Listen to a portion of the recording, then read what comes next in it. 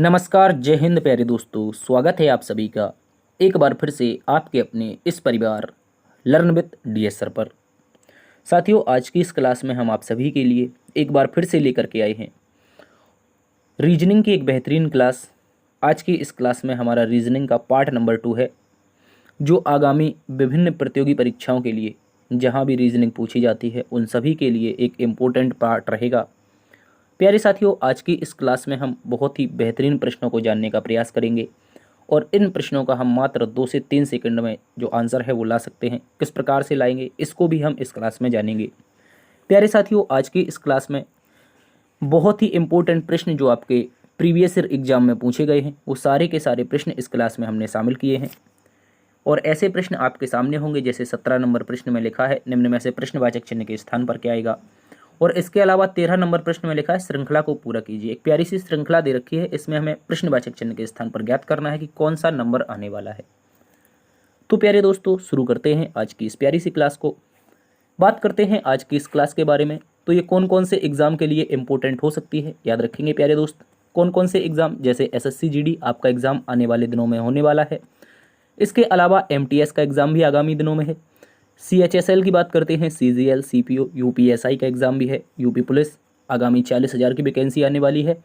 Bihar police, Delhi police, railway group D, NTPC, DFC, CIL, ALP, IBPS, navy, Madhya Pradesh police, CRPF, CISF, ITBP, CTET, DS, SSB, UKPSC, दरोगा, UP triple SC PET, UPPSC, MPPSC, BPSC, super TET, UP PET तथा UP TET.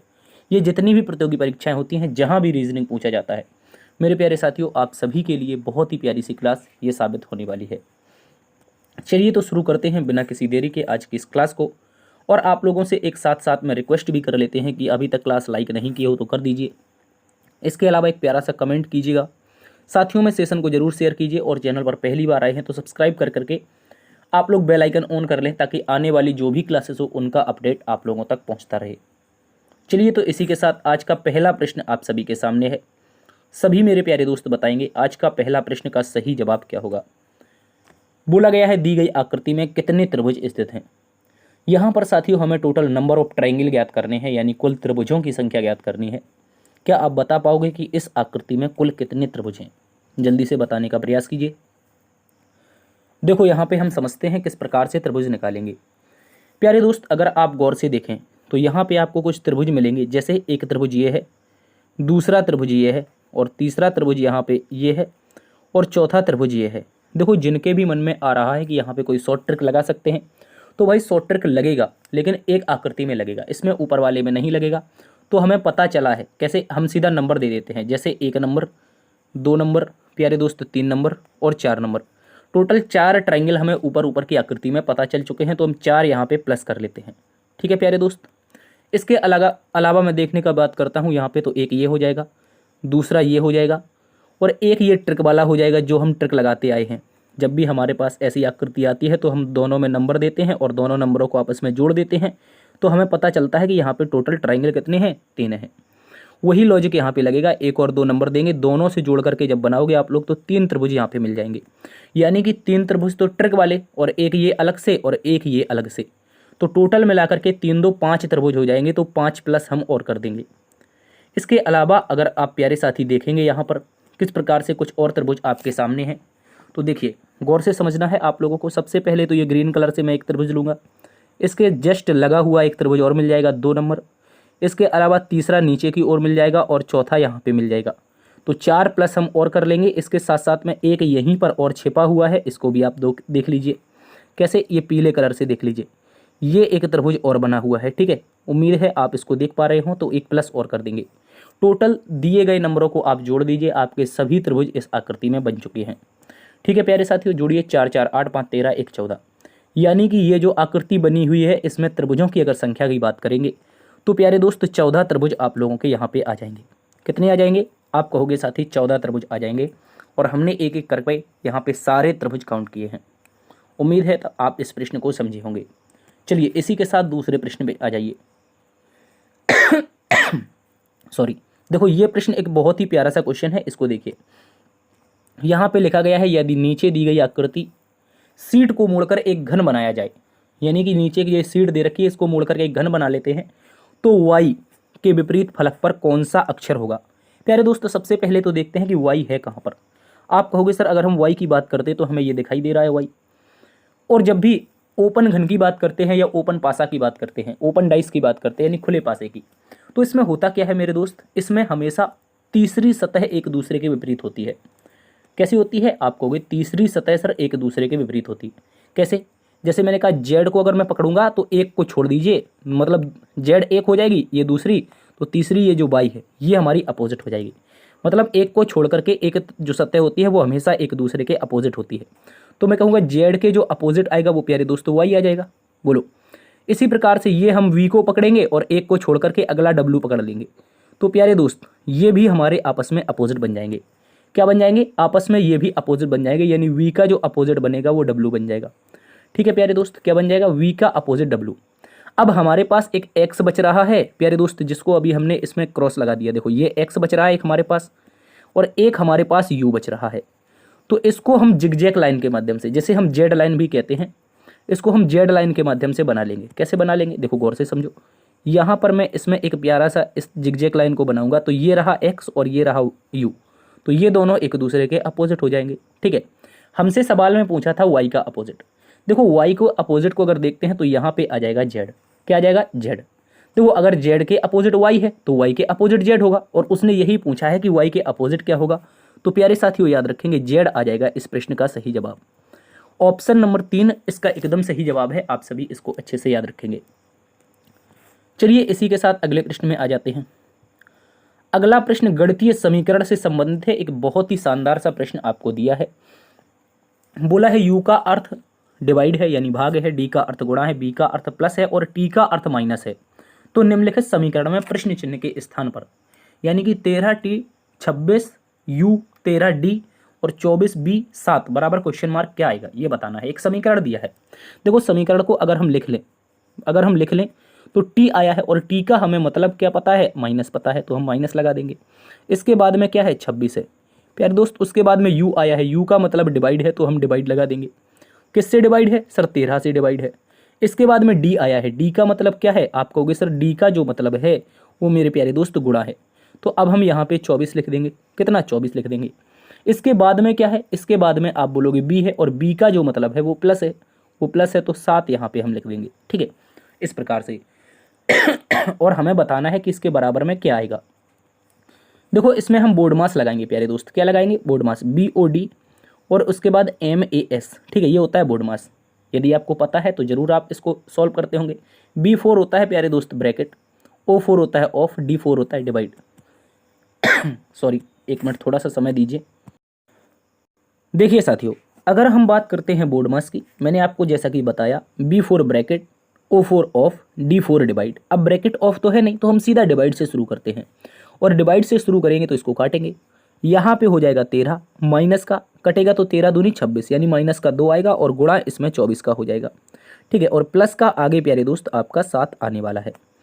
अब देखिए इसमें आगे divide के बाद क्या होता है, डिवाइड के बाद होता है m यानी मल्टीप्लाइड करेंगे तो 13 हमारा एज इट इज रहेगा, और माइनस का 24 दूनी 48 हो जाएगा, और प्लस का प्यारे दोस्त यहाँ पे 7 हो जाएगा। अब क्या होगा, अब भैया A4 होता है ऐड का मतलब जोड़ना। अब हम जोड़ेंगे तो 13 और 7 आपस में प्लस के हैं तो ये जुड़ेंगे तो कितना हो जाएगा, ये 20 हो जाएगा प्यारे दोस्त, और यहाँ पे माइनस का 48 है। अब मुझे एक बात बताओ, एक प्लस का 20 है और माइनस का 48 है, अगर हम दोनों का हल करेंगे तो कितना आएगा, आप कहोगे माइनस का 48 ज़्यादा है, तो 20 इसमें से घट जाएगा, प्रश्न का उत्तर आ जाएगा माइनस का 28। क्या आ जाएगा साथियों, माइनस का 28 इसका सही जवाब है, ऑप्शन नंबर 4। इस बात को आप सभी अच्छे से याद रखेंगे। चलिए अगले प्रश्न में आ जाइए। अगला प्रश्न क्वेश्चन नंबर 4 है, और क्वेश्चन नंबर 4 में आप लोगों से बोला गया है नीचे दी गई आकृति में उस सही दर्पण प्रतिबिंब को चुनिए जो नीचे दर्शाए गए अनुसार दर्पण को MN पर रखने पर बनेगा। यानी आपके सामने एक M और N नाम का एक दर्पण है, इसमें कुछ आप लोगों को लेटर दिए गए हैं, इन लेटरों का हमें सही प्रतिबिंब बताना है। देखो मैं अगर प्रतिबिंब की बात करता हूँ यहाँ पर, तो आपके सामने जो ये 7 है ये एज इट इज नीचे बन के आएगा। कैसा आएगा, नीचे बन के आएगा प्यारे दोस्त, और नीचे जब ये बन के आएगा तो ऐसे कुछ इस तरीके का होगा। इस तरीके का 7 हमें इस ऑप्शन में नहीं दिख रहा है, तो ये गलत हो गया। अब देखो 5 जो होगा वो उल्टा बनेगा, 5 उल्टा बनेगा तो देखो 3 नंबर में सीधा 5 दिखाई दे रहा है, तो ये तो गलत हो गया। अब बात आ रही है सी की, तो सी तो एज इट इज बन जाएगा, सी एज इट इज बन जाएगा और एक्स भी एज इट इज बन जाएगा। अब रही बात एक्स के बाद कौन है, आप कहोगे एक्स के बाद जेड है, तो एक्स के बाद हमारा जेड का प्रतिबिंब होना चाहिए, एक्स के बाद किसका, जेड का होना चाहिए। लेकिन यहाँ पे तो भैया 4 नंबर में वाई का आ रहा है, देखो आप गौर से, एक्स के बाद किसका आ रहा है, वाई का आ रहा है, तो ये गला गलत हो गया। अब भाई हम सब गलत कर चुके हैं केवल और केवल ऑप्शन नंबर 1 को छोड़ करके। कहीं ना कहीं 2, 3 और 4 में गलतियां हैं, लेकिन ऑप्शन नंबर 1 में कोई भी गलती नहीं है। इस कारण से जो हमारा सही प्रतिबिंब होगा वो ऑप्शन नंबर 1 हो जाएगा। इस बात को आप सभी अच्छे से याद रखेंगे। चलिए इसी के साथ अगले प्रश्न में आ जाइए। अगला प्रश्न भी एक बहुत ही प्यारा सा क्वेश्चन आप सभी के सामने है। प्रश्न में साथियों बोला गया है, निम्नलिखित 4 अक्षर समूहों में से 3 अक्षर समूह एक निश्चित प्रकार से समान हैं। यानी कि ये जो 4 अक्षर समूह दे रखे हैं ना, इनमें से 3 एक जैसे हैं, एक जैसा संबंध बनाते हैं, इसी प्रकार से एक समूह बनाते हैं। वह कौन सा अक्षर समूह है जो उस समूह से संबंधित ही नहीं है। मतलब इनमें से एक ऐसा विकल्प है जो 3 की तरह व्यवहार नहीं करता है, जबकि अलग व्यवहार करता है, और 3 एक जैसा व्यवहार करते हैं। तो इनको हम कैसे ज्ञात कर पाएंगे, इनको ज्ञात करेंगे इनके स्थानीय मान से। जैसे हमने कहा ई को सर हम लिख लेते हैं 5 पर, एन को 14 पर लिख लेते हैं, और साथ साथ में 21 पर हम किसे लिख लेंगे, यू को लिख लेंगे। अब साथी बात आती है एम की, जो कि 13 पर होता है, वी को देखेंगे तो ये 22 पर होता है, और सी को देखेंगे तो कितने पर हो जाएगा। या तो इसको आप 3 लिख लो, और या बल्दे में इसको 26, 3, 29 भी लिख सकते हो। क्या लिख सकते हो, 29 भी, लेकिन अभी हम इसको केवल 3 लिखेंगे। अब ए को देखते हैं तो ये 1 पर आता है, जे हमारा प्यारे साथी 10 पर आता है, और आगे देखोगे तो क्यू हमारा 17 पर आ जाता है। प्यारे दोस्तों इसके बाद ओ हमारा कितने पर होता है, 15 पर होता है। ओ 15 पर होता है तो एक्स हमारा 24 पर होता है, और सी हमारा कितने पर, या तो हम इसको 3 लिख दें या फिर हम इसको 29 भी लिख सकते हैं। चलिए देखिए अब इसमें कैसे देखेंगे, इनके बीच का अंतर देखिए। अगर आप इनके बीच का अंतर गौर से देखें तो ये 9 जुड़ा है, इसमें भी 13, 9 कितना हुआ है प्यारे दोस्त, 13, 9, 22 हुआ है। और यहाँ भी देखो एक में अगर 9 जोड़ेंगे तो 10 हो जाएगा, और यहाँ भी अगर आप देखो तो 15, 9, 24 हो जाएगा। अब आगे की बात आती है, सर आगे की बात क्या है, 14 में अगर आप 7 जोड़ते हो तो 21 हो जाएगा, और 22 में अगर आप 7 जोड़ते हो, 22 में अगर 7 जोड़ते हो तो कितना हो जाएगा, 22, 7, 29। तभी तो मैंने कहा था या तो 3 लिख सकते हैं सी को, या 29 लिख सकते हैं, तो ये एकदम सही है। 10 में अगर 7 जोड़ोगे तो प्यारे साथी 17 आएगा, और 24 में 7 जोड़ोगे तो 31 आना चाहिए, 31। और 31 पर हम एक लेटर लिखते हैं जिसका नाम होता है क्या, या तो 5, यानी कि इसको हम ई भी लिख सकते हैं। अब भैया इसको ऐसा क्यों लिख सकते हैं, क्योंकि आपको पता है 26 पर जो लेटर आता है वो जेड होता है। अगर आप जेड के बाद वर्णमाला फिर से लिखें 27, 28, 29, 30, 31, तो आपको ए बी करके शुरू करनी पड़ेगी, सी डी ई, ठीक है। इसी प्रकार से जब आप देखोगे 26 के बाद क्या, 27, 28, 29, 30 और 31, मतलब ई जो होगा वो 31 पर आएगा। तो 31 का मतलब ई आना चाहिए, ना कि सी आना चाहिए। यहाँ पे तो सी आ रहा है भैया। इस प्रकार से ऑप्शन नंबर 4 आपका गलत है। तो उम्मीद है आप इसको अच्छे से समझे होंगे। शानदार तरीके से जो उत्तर बना है वो हमारा ऑप्शन नंबर 4 है। क्यों, क्योंकि भैया 3 तो एक जैसा संबंध दिखा रहे हैं, लेकिन यही ऑप्शन नंबर 4 ऐसा विकल्प है जो एक जैसा संबंध नहीं दिखा रहा है। इसमें केवल और केवल जो अंतर आ रहा है वो यहाँ पे 5 का आ रहा है, ना कि 7 का। अन्य सभी में अंतर तो हमारा 7 का था, लेकिन यहाँ पे 5 का आया, इस कारण से ये गलत है। चलिए अगले प्रश्न में आ जाते हैं। अगला प्रश्न आपके सामने चाइनीज कोडिंग से एक प्यारा सा क्वेश्चन आया है, और क्वेश्चन में आपसे पूछा गया है स्ट्रॉन्ग एंड माइटी को अगर ये लिखा जाता है, सॉफ्ट येट स्ट्रॉन्ग को अगर ये लिखा जाता है, तो स्ट्रॉन्ग का कोड क्या होगा। प्यारे दोस्त मैं इसके लिए आपको एक बहुत ही छोटी सी शॉर्ट ट्रिक बताऊंगा। शॉर्ट ट्रिक क्या है भैया, कोड किसका पूछा है। ऐसी चाइनीज कोडिंग जब भी आए तो आप ये देखो कोड किसका पूछा है। आप कहोगे श्रीमान कोड पूछा है स्ट्रॉन्ग का, तो आपको स्ट्रॉन्ग ढूंढना पड़ेगा चाइनीज कोडिंग में कहाँ कहाँ पे लिखा है। आप कहोगे चाइनीज कोडिंग की बात करते हैं तो स्ट्रॉन्ग पहले ही नंबर पे लिखा है भाई, कहाँ, पहले ही नंबर पर, और इसके बाद में लिखा है लास्ट नंबर पर। यानी कि जो स्ट्रॉन्ग है वो ऊपर भी आ रहा है, नीचे भी आ रहा है। स्ट्रॉन्ग के अलावा ऐसा कोई लेटर तो नहीं है दोस्त जो आपस में एक बार और आ रहे हो। आप कहोगे स्ट्रॉन्ग के साथ में सर एंड था और माइटी था, लेकिन यहाँ पे स्ट्रॉन्ग के साथ में सॉफ्ट है और येट है। तो दोस्त इसमें जो उत्तर बनेगा, मतलब ऊपर वाली लाइन में और नीचे वाली लाइन में केवल एक बार स्ट्रॉन्ग रिपीट हुआ है। तो प्यारे दोस्त याद रखेंगे जो इसकी कोडिंग हुई उसमें भी एक बार ही एक कोड आपस में संबंध बना रहा होगा, और वो कोड जो आप देखेंगे वो आपको मिलेगा टीके। क्या मिलेगा दोस्त, टीके। इसके अलावा कोई और कोड इसका यहाँ पे संबंध नहीं बना रहा है। इस कारण से आपका सही उत्तर हो जाएगा प्यारे साथियों ऑप्शन नंबर 3। क्या हो जाएगा? ऑप्शन नंबर 3 हो जाएगा। स्ट्रॉन्ग की कोडिंग पूछी है तो इसका सही उत्तर टीके हो जाएगा। क्या हो जाएगा? टीके। क्यों? क्योंकि स्ट्रॉन्ग दोनों में मिल रहा था और टीके भी दोनों में मिल रहा था, इस कारण से यही इसका सही जवाब है। चलिए अगले प्रश्न में आ जाते हैं। प्यारे दोस्त, अगला प्रश्न कथन और निष्कर्ष से है। एक प्यारा सा क्वेश्चन है, इसको भी देख लेते हैं। कथन और निष्कर्ष के प्रश्न बहुत सारे एग्जामों में प्यारे दोस्त आप लोगों से पूछे जाते हैं, तो इनको आप बिल्कुल भी मिस मत कीजिएगा। प्रश्न में बोला है 3 कथन आपके सामने हैं। कुछ चाबियां जंजीरें हैं। मैंने कहा प्यारे दोस्त कुछ C4 हमारे पास चाबियां हैं और इनका कुछ पार्ट, यानी कि हम चाबियों का इतना सा पार्ट अगर ले लें, अगर इतना सा पार्ट ले लें तो इसको हम J4 जंजीरें बना सकते हैं। आप कहोगे बिल्कुल है। प्यारे दोस्त इसके बाद साथ में आपसे कह दिया है कि सभी जंजीरें ताले हैं, मतलब जंजीरों का जितना भी पार्ट है वो पूरा का पूरा पार्ट T4 ताले में आ रहा है। इसके बाद प्यारे दोस्त उसने आगे तीसरे नंबर के कथन में कहा है कोई ताला चट्टान नहीं है, मतलब ताले का कोई भी संबंध किससे नहीं है? तो आप कहोगे सर C4 चट्टान से नहीं है, यानी कि इसको हम चा से भी रिप्रेजेंट कर सकते हैं। कोई भी ताला चट्टान नहीं है, इस बात को याद रखेंगे। अब निष्कर्ष की ओर बढ़ते हैं। निष्कर्ष की ओर बढ़े तो हमें पता चला कोई चट्टान चाबी नहीं है। मुझे बताओ क्या कोई C4 चाबी का चा4 चट्टान से कोई संबंध है? आप कहोगे सर नहीं है। तो प्रश्न कह रहा है कि कोई चट्टान चाबी नहीं है, इसका मतलब संबंध नहीं है, तो ये सही हो गया। आप कहोगे नहीं सर, यहाँ पे गलती बहुत सारे स्टूडेंट कर देते हैं। जब हमें कथन में चट्टान और चाबी का संबंध नहीं दिया है तो हम निष्कर्ष में अपने अनुसार चट्टान और चाबी का संबंध कभी नहीं निकाल सकते हैं। याद रखेंगे। देखो चाबियों का संबंध केवल और केवल जंजीर से दिया था और यहाँ पे चट्टान का चाबी से पूछ रहा है, इस कारण से ये गलत है। कथन के अनुसार उत्तर देना है। आगे बोला है कम से कम कुछ चाबियां ताले हैं। प्यारे दोस्त ये जो कम से कम है ये केवल और केवल आप लोगों को गुमराह करने के लिए है। वो आपसे केवल और केवल इतना पूछ रहा है कि कुछ चाबियां ताले हैं, बताओ क्या कुछ चाबियां ताले बन रही हैं? आप कहोगे C4 चाबियां T4 ताले से बिल्कुल ये गुजर रही हैं। ये इतना सा पार्ट अगर जंजीरों से गुजरेगा चाबी का, तो प्यारे दोस्त याद रखेंगे यही चाबी का पार्ट T4 ताले से भी गुजरेगा, तो ये वाला सही है। अब आप यहां से बोलोगे यदि केवल 2 निष्कर्ष निकलता हो, only second conclusion are right. ठीक है, इस बात को आप सभी अच्छे से याद रखेंगे। इसका सही जवाब बनेगा केवल सेकंड। अगले प्रश्न में आ जाइए। अगला प्रश्न एक और प्यारा सा प्रश्न आप सभी के सामने है प्यारे दोस्त। इस प्रश्न में दिया गया है नीचे दिए गए दर्शाए अनुसार MN पर रखी जाने पर दी गई आकृति का सही दर्पण प्रतिबिंब क्या होगा? देखो प्यारे दोस्त एक और दर्पण प्रतिबिंब का क्वेश्चन आपके सामने है। MN रेखा आपके भी सामने ये भी दे रखी है। अब देखो एक बात याद रखना, दर्पण में जो वस्तु दर्पण के नजदीक होती है उसका प्रतिबिंब भी दर्पण के नजदीक ही बनता है। कैसे?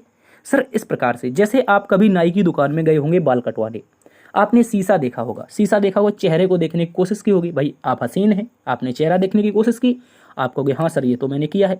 जब आप चेहरा देखते हैं तो आप देखते हैं कहीं मेरे चेहरे पे थोड़ा सा भी दाग तो नहीं है, तो आप शीशे के नज़दीक जाते हैं। जब आप शीशे के नज़दीक जाते हैं तो वो दाग आपको उतना ही पास दिखाई देता है जितना कि शीशे के पास आप जाओगे। आप कहोगे बिल्कुल सही। भाई यही तो मैं समझाना चाह रहा हूँ कि जो भी वस्तु दर्पण के नज़दीक रखी होगी उसका प्रतिबिंब उतने ही नज़दीक दर्पण में बनेगा। सीधी सी बात, खत्म बात। तो आप कहोगे हाँ सर। तो अब इसको देखते हैं। देखो मेरी बात समझो, दर्पण MN है, दर्पण MN के सबसे नज़दीक कौन है? आप कहोगे सबसे नज़दीक भैया बैठे हैं 2। कौन? 2। तो दर्पण के सबसे नज़दीक जो प्रतिबिंब बनेगा वो 2 का ही बनेगा। किसका? 2 का। सर 2 का प्रतिबिंब बनेगा, ये तो उल्टा 2 है, गलत हो गया भाई। ये तो C आ रहा है, ये भी C आ रहा है, मतलब आपके यहाँ पे 3 ऑप्शन गलत, तो चौथा वाला ऑटोमेटिकली सही। बोलो भैया, चौथा वाला तो ऑटोमेटिकली सही हो जाएगा। उसके बाद क्या बनेगा? उसके बाद प्यारे दोस्त N बन जाएगा, उसके बाद हमारा 6 बन जाएगा और इसके बाद देखोगे V एज इट इज दिखाई देगा, 9 हमारे पास ऐसा दिखाई देगा और C हमारे पास ऐसा दिखाई देगा। ये प्रतिबिंब हमारे सामने है ऑप्शन नंबर 4। ऑप्शन नंबर 4 एकदम सही है। अगले प्रश्न में आ जाओ। अगला प्रश्न समुच्चय से संबंधित है। यहाँ पे आप लोगों से उसने पूछा है सिमिलरिटी पूछी है, यानी कि समान संबंध पूछा है, बताना है। उस समुच्चय की पहचान कीजिए जिसकी संख्याएं ठीक उसी प्रकार संबंधित है जिस प्रकार दिए गए समुच्चयों की संख्याएं संबंधित हैं। यानी कि आपके सामने 2 समुच्चय दिए हैं, इनकी जो संख्याओं में आपस में संबंध है वही संबंध आपको इनमें बताना है। देखो इसको मैं चुटकियों में आपको करवाता हूँ 2 सेकंड में। कैसे भैया? गौर से समझो। 5 दूनी 10 और 10 दूनी 20, 7 दूनी 14, 14 दूनी 28। बोलो भाई, बीच की संख्या पहले पर जाने के लिए 2 गुना होती है और पहली संख्या तीसरे पर जाने के लिए 2 गुना होती है, मतलब 11 दूनी 22 और 22 दूनी 44। ऑप्शन नंबर 1 ही आपका एकदम सही जवाब है। बोलो भाई, समझ में आया? आप कहोगे नहीं आया। देखो मेरी बात समझो भैया। कैसे? मैंने कहा 10 है, हम लोगों के पास क्या है भाई 10 है, 10 के बाद में क्या है 5 है, 5 के बाद में 20 है। मुझे 10 पर अगर जाना है तो 2 का गुणा करना पड़ेगा, और यहाँ से अगर 20 पर जाना है पहले से तो फिर 2 का गुणा करना पड़ेगा। ठीक है, इसी प्रकार से ये 14 है, यहाँ पे 7 है, यहाँ पे 28 है। अगर मैं 7 से 14 पर जाऊँगा तो हमें 2 का गुणा करना पड़ेगा, और 14 से अगर हम लास्ट संख्या में जाएंगे तो 2 का गुणा करना पड़ेगा। बस वही लॉजिक तो यहाँ भी लग रहा है। देखो 11 दूनी 22, 22 दूनी 44, खत्म बात। ऑप्शन नंबर ए आपका सही जवाब। ऑप्शन नंबर 1 इसका एकदम सही उत्तर है। अगले प्रश्न में आ जाइए। अगला प्रश्न प्यारे दोस्त आपके सामने श्रृंखला से है, और श्रृंखला भी एक प्यारी सी श्रृंखला दी गई है, इसको समझिए और इसका सही उत्तर जानिए। क्या दिया है? सबसे पहले प्यारे दोस्त आपके पास में 40 है, उसके बाद में सीधा क्वेश्चन मार्क है। आगे क्या है? आगे प्यारे साथी 18 है, 18 के बाद में 10 है, और आगे देखोगे तो 4 है, और आगे देखोगे तो 0 है। यानी कि अगर मैं इसके लॉजिक की बात करता हूँ तो ये अवरोही क्रम में है, मतलब बड़ा फिर छोटा फिर छोटा फिर छोटा और फिर छोटा। या फिर इसको अगर पीछे से देख लें, फिर छोटे से बड़ा, फिर और बड़ा, फिर और बड़ा, फिर उससे बड़ा, फिर उससे बड़ा, इस तरह से चल रहा है। तो भाई इसको सही से सॉल्व करने के लिए हम इसका पीछे से प्रयोग करेंगे। जैसे हमने कहा 4 और 0 के बीच का जो अंतर है वो 4 है। प्यारे दोस्त 10 और 4 के बीच का अंतर 6 है, और प्यारे साथी आगे देखोगे तो 10 और 18 के बीच का अंतर 8 है। तो अगला वाला अंतर क्या होगा? बोलो भाई। 4 6 8, तो अगली बार में 10 हो जाना चाहिए, और आगे देखोगे तो 12 हो जाना चाहिए भाई। क्या हो जाना चाहिए? 12। अब भाई 18 में 10 जोड़ोगे तो कितना आएगा? ये जो क्वेश्चन मार्क है इसके स्थान पर प्यारे साथी 28 आ जाएगा, और 28 में जब आप 12 जोड़ोगे तो आगे 40 आ जाएगा। तो प्यारे साथियों आप यहाँ पर कह सकते हैं अगर हम प्रश्नवाचक चिन्ह के स्थान पर 28 रख दें तो हमारी श्रृंखला एकदम सही हो जाएगी। क्या हो जाएगी साथियों? श्रृंखला एकदम सही हो जाएगी। इस बात को याद रखेंगे। अगले प्रश्न में आ जाइए। अगला प्रश्न एक और समुच्चय से पैटर्न से संबंधित है। समुच्चय पैटर्न पर दे रखा है। बोला गया है उस युग्म को चुनिए जो उसी पैटर्न का अनुसरण करता है जो नीचे दिए गए युग्म में 2 समुच्चय द्वारा किया गया है। दोनों युग्म समान पैटर्न का अनुसरण करते हैं, यानी कि ये जो 2 युग्म दे रखे हैं इनका एज इट इज पैटर्न दे रखा है। चलिए देखिए, अगर हम बात करते हैं इनके स्थानीय मान की तो 4 होता है, उसके बाद में 6 होता है, और आगे 7 होता है। यहाँ पे 9 है, फिर 11 है प्यारे दोस्त, उसके बाद में 12 है। देखो आपको थोड़ी सी दिक्कत हो सकती है तो मैं इसको बड़ा एक कनाई लिख देता हूँ, मतलब एक साइड में एक कनाई ठीक है। देखो यहाँ पे ये हमारा 4 है, F 6 पर है, और G 7 पर है। इसका जो संबंध है वो किससे है? आप कहोगे I 9 पर है, K प्यारे दोस्त 11 पर है, और L 12 पर है। ठीक है, इस तरह से। और आगे देखोगे तो M कितने पर होता है भैया? सीधा स्थानीय मान लिखते हैं 13 पर प्यारे दोस्त, O 15 पर, और P कितने पर? 16 पर। और इसका जो लॉजिक है वो R 18 से है, और T 20 से है। आगे देखोगे तो U 21 से है। ठीक है, इस बात को याद रखिए। तो अगर आप इसमें देखें लॉजिक, भैया लॉजिक क्या है? सीधा 5 जुड़ा है, 6 5 11, 7 5 12, 13 5 18, 15 5 20, और 16 5 21, यानी हर बार में 5 जुड़ रहा है। तो अगर हम देखते हैं लॉजिक को, पहले का संबंध पहले से, मतलब पहली बार में अगर हमें बनाना है तो 5 जोड़ना पड़ेगा, लेकिन F तो 6 पर होता है, E 5 पर, इसमें तो 5 कभी भी नहीं जुड़ेगा, मतलब गलत है। अब T कितने पर? आप कहोगे T 20 पर, और Y 25 पर। सर 5 जुड़ रहा है? हाँ बिल्कुल जुड़ रहा है। 22 5 27, क्या 5 जुड़ रहा है? आप कहोगे हाँ। देखो 26 पर तो जेड आ गया, 26 के बाद अगर आगे 27 पर जाओगे तो ए 1 पर आ जाएगा। ठीक है, इसके बाद में डब्लू कितने पर? देखो यहाँ पर हमारा 22 हो गया, डब्लू 23 पर होता है। 23 और 5 कितना होगा? आप कहोगे 23 5 28, 28 का मतलब 2 हो जाएगा। बिल्कुल सही है। तो प्यारे दोस्त आप यहाँ से कह सकते हो कि जो ऑप्शन नंबर 2 है इस प्रश्न का एकदम सही उत्तर है। देखो इसके अलावा बनेगा भी नहीं, क्योंकि यहाँ पे W है और यहाँ पे G है। ये 23 पर होता है और ये 7 पर होता है। इनको देखने के लिए 10 जोड़ेगा, गलत हो जाएगा। P 16 पर, K 11 पर, इसमें तो घटने लगा तो ये गलत हो गया। भाई जोड़ने की बात हो रही थी केवल और केवल +5, हर एक में +5। तो ऑप्शन नंबर 2 एकदम इसका सही उत्तर हो जाएगा प्यारे साथियों। अगले प्रश्न में आ जाइए। अगले प्रश्न में क्वेश्चन नंबर 12 है। बोला गया है आपके सामने दिए गए समीकरण को सही बनाने के लिए किन 2 संख्याओं को आपस में बदलना चाहिए। चलिए एक अच्छा क्वेश्चन है, इसको देखते हैं। किन 2 संख्याओं को आपस में बदल दें ताकि उत्तर हमारा आ जाए। मेरी बात को समझना है, जब भी ऐसा प्रश्न आपके सामने आए थोड़ा टाइम टेकिंग होता है, लेकिन इसको मैं शॉर्ट बनाने का प्रयास करूंगा। कैसे करूंगा दोस्त? देखो मेरी बात समझो। आप हमेशा उन नंबरों को इस प्रकार से रखिए, कुछ ऐसे नंबर जहां पे हम जिनको बदलें तो डिवाइड आपका पूरी तरह से विभाजित होता रहे, डिवाइड पूरी तरह से विभाजित होता रहे, ऐसे नंबरों को हम बदलते हैं। जैसे हमने कहा अगर हम विकल्प नंबर 1 को देख लें, विकल्प नंबर 1 को देख लें तो यहाँ पे 14 आ जाएगा, और जहाँ 52 है, भाई 52 कहाँ है? 52 और 14 के स्थान पर यहाँ पे 52 आ जाएगा। देखो भाई अगर हम 2 से काटेंगे 52 26 हो जाएगा प्यारे दोस्त, और प्लस में यहाँ पे 13 या 39 हो जाएगा, और 16 या 48 हो जाएगा। ठीक है, इस तरह से यहाँ पे प्लस हो जाएगा और 74 में से प्यारे दोस्त आपका कितना जाएगा 14, 74 में से 14 जाएगा तो 60 बन जाएगा। तो इन तीनों का प्रयोग करके क्या आप 106 लाओगे? नहीं ला पाओगे। देखो ये सीधा सीधा 108 हो गया और 26 132 हो गया। भाई 106 तो आएगा नहीं, इसका मतलब जो विकल्प नंबर 1 है ये तो हमारा फालतू का है, कोई काम का नहीं है। ठीक है, एक तो काम आ नहीं रहा है। अब देखो एक नहीं आया तो 14 को 16 के साथ बदल दें क्या? 14 को 16 के साथ अगर यहाँ पे 14 रखते हैं और यहाँ पे 16 रखते हैं तो 8 हो जाएगा। ठीक है, और इधर कितना 3 बार में कटेगा, 14 त्रिया 42। ठीक है, 42 और 8 50 और यहाँ पे 52 घटेगा तो कितना बचेगा भाई 18 नहीं बचेगा। कितना बचेगा आप कहोगे 52 20 72 22 बचेगा। तो 42 22 64 8 कितना होगा 64 8 72 ही बनेगा, 106 तो नहीं आएगा। इसका मतलब ये दो नंबर जो विकल्प है 16 और 14 को बदलने पर भी नहीं आएगा।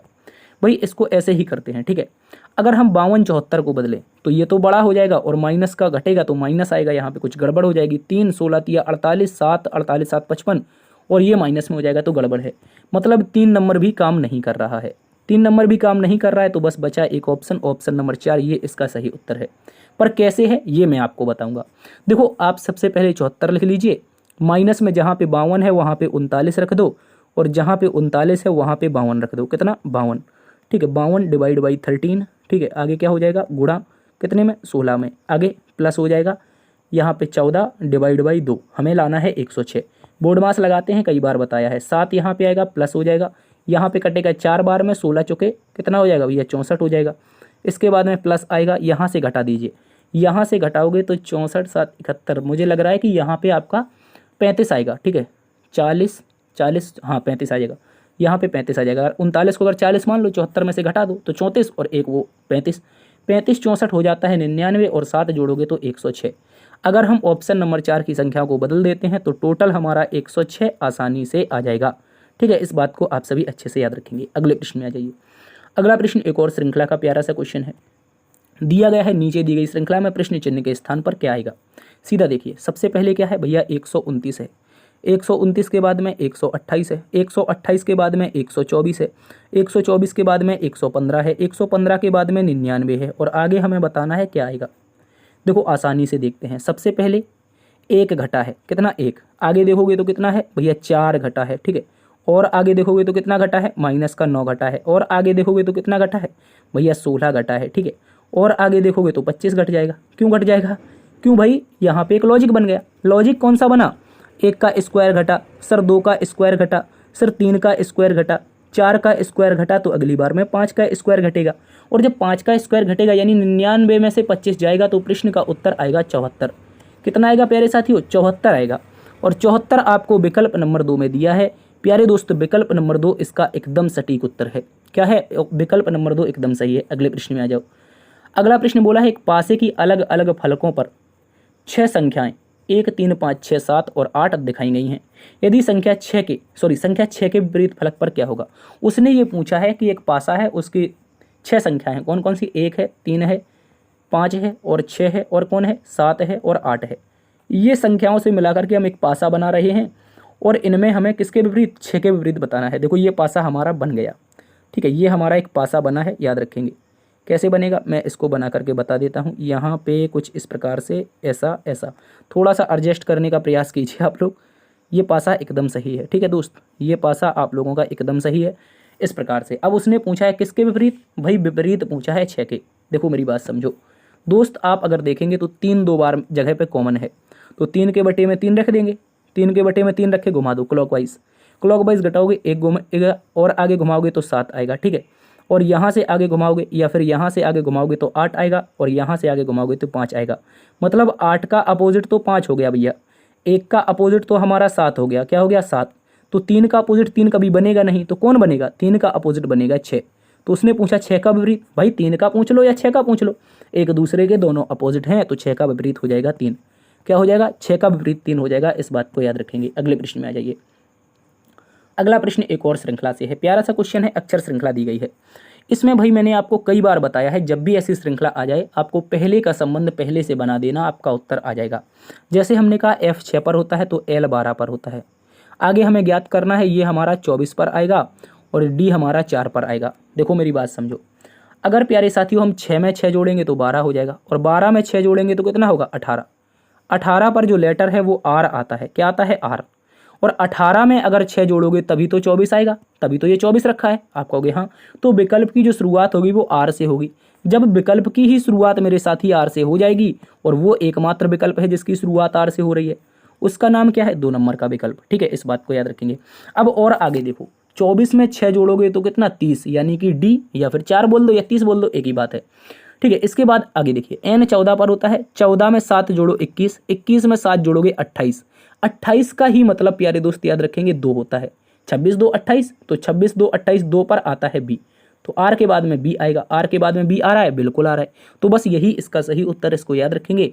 आगे आप इसमें से कुछ जोड़ लीजिए, 22 और कितना हो जाएगा 22 8 30, 22 9 31 हो जाएगा, 31 और 9 40, 31 9 40 यानी 9 5 14, 14 पर आता है एन, बिल्कुल सही है, आर बी एन इसका एकदम सही जवाब है प्यारे दोस्त, आप सभी याद रखेंगे। अगले प्रश्न में आ जाइए। अगला प्रश्न अंग्रेजी वर्णमाला में क्रम के आधार पर एल बी एक्स एफ को ये लिखा, एल बी एक्स एफ को एस वाई सी एम के एक निश्चित प्रकार से संबंधित है, उसी प्रकार टी जी एफ वाई ए जी एच एफ से संबंधित है। समान तर्क का अनुसरण करते हुए जे डी एम के क्वेश्चन मार्क से किससे संबंधित हो जाएगा, मतलब कैसे संबंधित हो जाएगा ये बताना है। देखो उसने सीधा बोला है आपसे, क्या बोला है भाई, जो एल है, बी है और एक्स है और एफ है, इनका जो संबंध है किससे है। देखो मैं इनका स्थानीय मान लिख देता हूँ ताकि आपको आसानी हो जाए।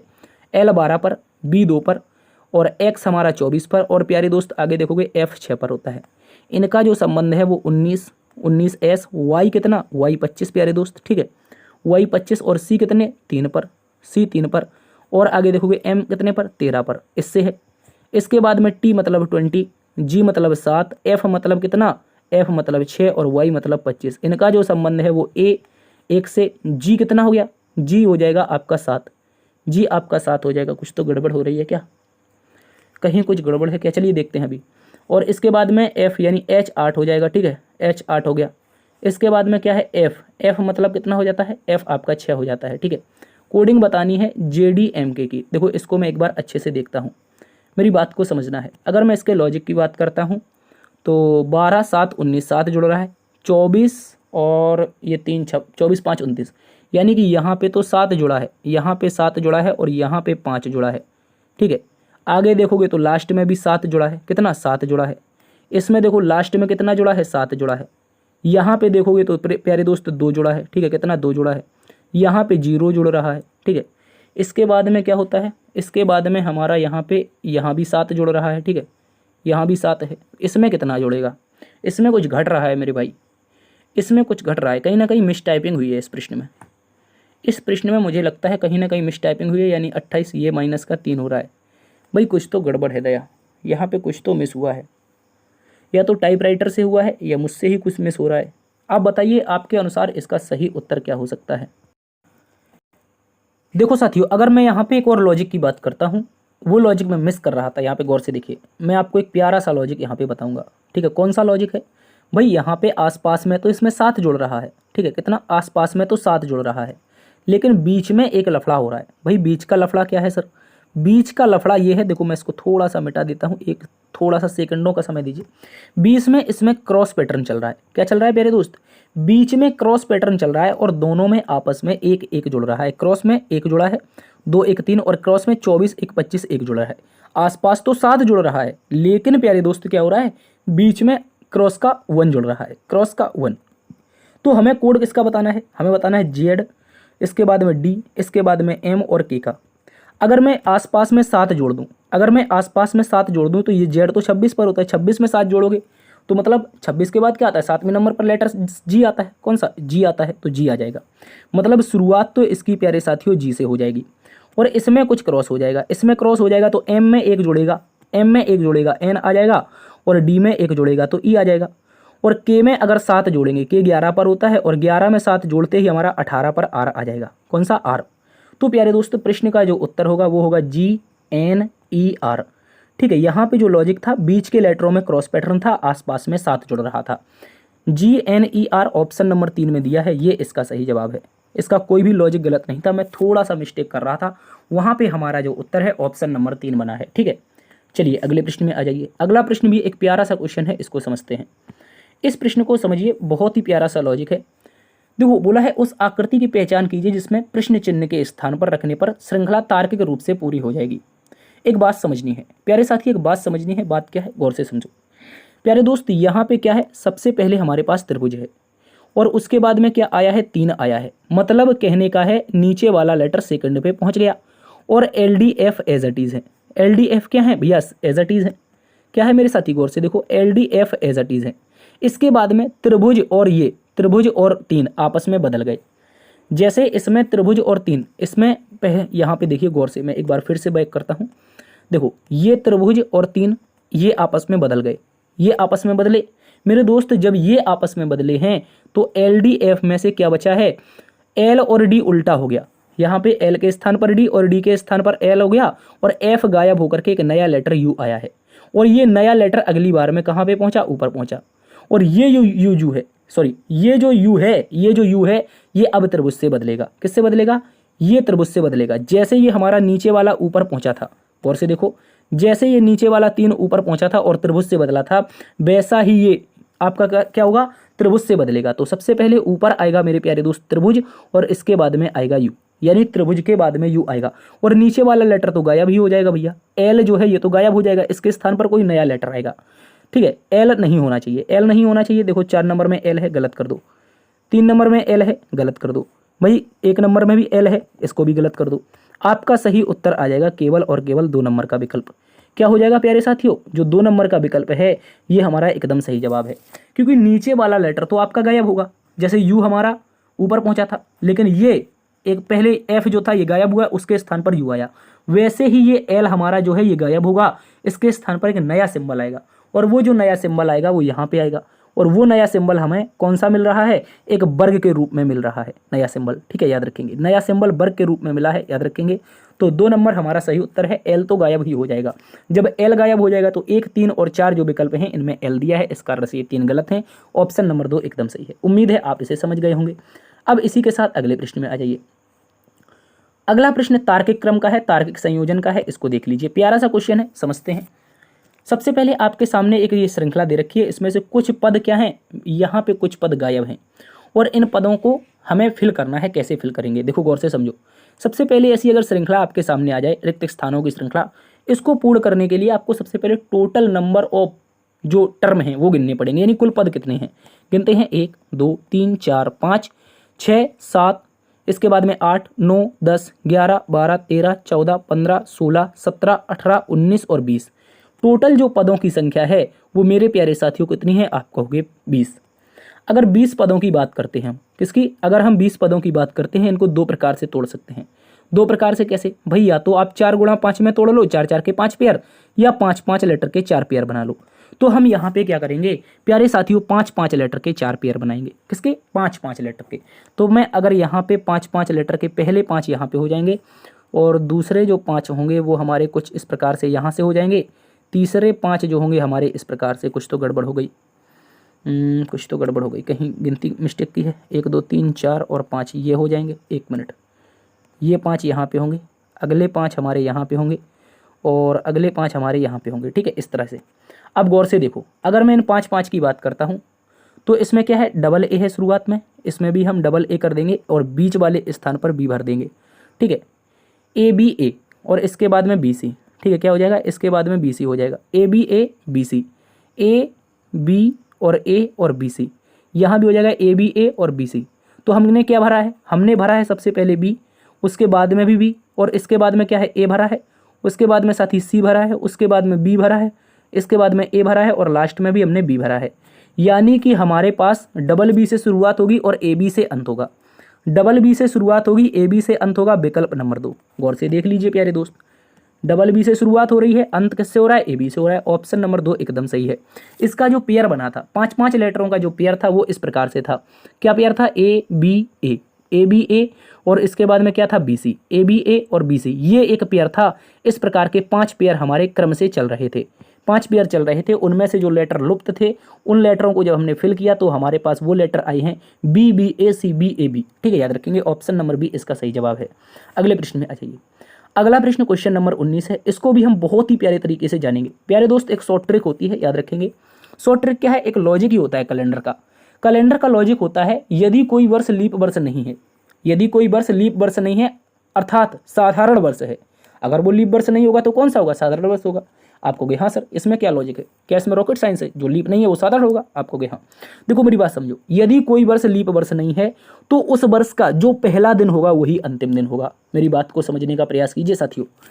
यदि कोई वर्ष लीप वर्ष नहीं है, जैसे मैंने कहा 2000 हमारे पास 11 है, 2011 इसमें जो 1 जनवरी रही होगी, मैं मान लेता हूँ सपोज दैट 1 जनवरी आपकी जो 1 जनवरी है ये कब की रही हो, ये भैया मंगलवार की रही हो, तो इस वर्ष का इस 2011 का जो 31 दिसंबर होगा, क्या होगा, जो इसका 31 दिसंबर होगा वो भी हमारा मंगलवार ही होगा। समझ रहे हो, यदि कोई वर्ष लीप वर्ष नहीं है तो उसका अंतिम दिन और प्रथम दिन वही दिन होता है, जो आपका प्रथम होगा वही अंतिम होगा। तो कहने का मतलब है, प्रश्न को समझिए, उस वर्ष का अंतिम दिन और उसी वर्ष का पहला दिन किस प्रकार से संबंधित है, मतलब वे दोनों एक ही हैं। क्या है मेरे भाई, वे दोनों एक ही हैं। याद रखेंगे कैसे, मैंने कहा 2011 एक लीप वर्ष नहीं है, इसकी 1 जनवरी हमने माना कि मंगलवार की रही होगी, किसकी रही होगी, मंगलवार की रही होगी, तो इसका जो 31 दिसंबर होगा भैया वो भी मंगलवार का ही होगा। क्यों होगा, मेरी बात समझो, कैसे होगा, मेरी बात समझ लो भाई। बेसिकली अगर देखा जाए तो साधारण वर्ष में 365 दिन होते हैं, 365 दिन को जब हम भाग लगाते हैं 7 से तो रिमाइंडर हमारे पास 1 आता है। लेकिन यहाँ पे रॉकेट क्या है, रॉकेट साइंस ये है सर 1 जनवरी का दिन मंगलवार है, मतलब अब कितने दिन बचे, अगर 1 जनवरी खत्म हो गई तो 365 में कितने दिन सर 64 दिन बचे, 364 दिन बचे, 7 से भाग लगाया, पूरी तरह से कट गया, रिमाइंडर 0, मतलब हम 31 दिसंबर तक पहुंच गए। और 31 दिसंबर को हमें दिन बताना है तो 1 जनवरी का दिन मंगलवार में अगर 0 जोड़ेंगे प्यारे साथियों तो आपका 31 दिसंबर का ही मंगल आएगा। समझे, आप कहोगे हाँ बिल्कुल समझे। तो याद रखेंगे जब भी कोई वर्ष लीप वर्ष नहीं है तो उसका पहला दिन और अंतिम दिन सेम टू सेम होता है, याद रखेंगे। विश्वास मुझ पर नहीं है तो आप अपना कैलेंडर उठाइए या फोन उठाइए, उसमें थोड़ा सा सर्च कीजिए, आपका उत्तर आ जाएगा। ठीक है, चलिए अगले प्रश्न में आ जाओ। तो इसका उत्तर क्या बनेगा प्यारे दोस्त, वे दोनों एक ही होंगे। ये आपके सब गलत ऑप्शन दे रखे हैं। ठीक है, अगले प्रश्न में आ जाइए। 20 नंबर का प्रश्न एक बहुत ही प्यारा सा क्वेश्चन आप सभी के सामने है। इस प्रश्न को देखिए प्यारे दोस्त, बोला है यदि शब्द वर्चुअल के प्रत्येक अक्षर को अंग्रेजी वर्णानुक्रम में व्यवस्थित किया जाए तो कितने अक्षरों का स्थान अपरिवर्तित रहेगा। यानी हमारे पास वर्चुअल दे रखा है VIR, ठीक है, इसके बाद में TUAL, ये रहा प्यारे दोस्त वर्चुअल। और इसमें आपको बताना है यदि इनको हम अंग्रेजी वर्णमाला के क्रम में व्यवस्थित कर दें, यानी कि कैसे, यानी कि प्यारे दोस्त हम कर दें ABCD के फॉर्म में। ABCD सबसे पहले क्या आएगा तो A आएगा, उसके बाद में इसमें क्या है, इसके बाद में उसके बाद में I है, इसके बाद में प्यारे दोस्त L है, L के बाद में अगर देखोगे तो प्यारे दोस्त T है, नहीं T नहीं है, इसके बाद में R है, L के बाद में R है, R के बाद में T है, और T के बाद में U है, और U के बाद में V है। तो मुझे बताओ इसका जब हमने इसका वर्णानुक्रम व्यवस्थित किया, अंग्रेजी वर्णमाला का क्रम व्यवस्थित किया, तो कितने ऐसे लेटर रहे जिनका स्थान अपरिवर्तित रहा यानी बदला नहीं। तो क्या V बदला, आप कहोगे बिल्कुल A से बदल गया। क्या I बदला, सर बिल्कुल नहीं बदला, I नहीं बदला। क्या R बदला, हाँ L से बदल गया, T R से बदल गया, U T से बदल गया, A U से बदल गया, L V से। तो कौन नहीं बदला, आप कहोगे I नहीं बदला। मतलब बदल गए जज्बात, सब बदल गया लेकिन I नहीं बदला। I मतलब मैं नहीं बदला, समझ रहे हो भाई मैं नहीं बदला, तुम अपने लिए कह रहे हो ये बात, वो सब धोखा देके चले गए, सब बदल गए लेकिन हम नहीं बदले। तो प्यारे दोस्त याद रखेंगे एक ऐसा लेटर है, कितने लेटर थे, एक ऐसा लेटर था जो बिल्कुल नहीं बदला। तो इस प्रश्न का उत्तर होगा एक लेटर। ठीक है, याद रखेंगे एक लेटर इसका सही जवाब है, इस बात को याद रखेंगे। तो प्यारे साथियों उम्मीद है आज की क्लास पसंद आई होगी। आज की क्लास में फिलहाल इतना ही। मस्त रहिए, स्वस्थ रहिए, अपना ख्याल रखना बहुत सारा। मिलते हैं एक नई वीडियो में, तब तक के लिए बहुत बहुत धन्यवाद। चैनल पर पहली बार आए हैं तो सब्सक्राइब करके बेल आइकन जरूर ऑन कीजिएगा। अपने साथियों में इस क्लास को जरूर शेयर कीजिए। मिलते हैं एक नई वीडियो में, तब तक के लिए जय हिंद, जय भारत, जय मां सरस्वती।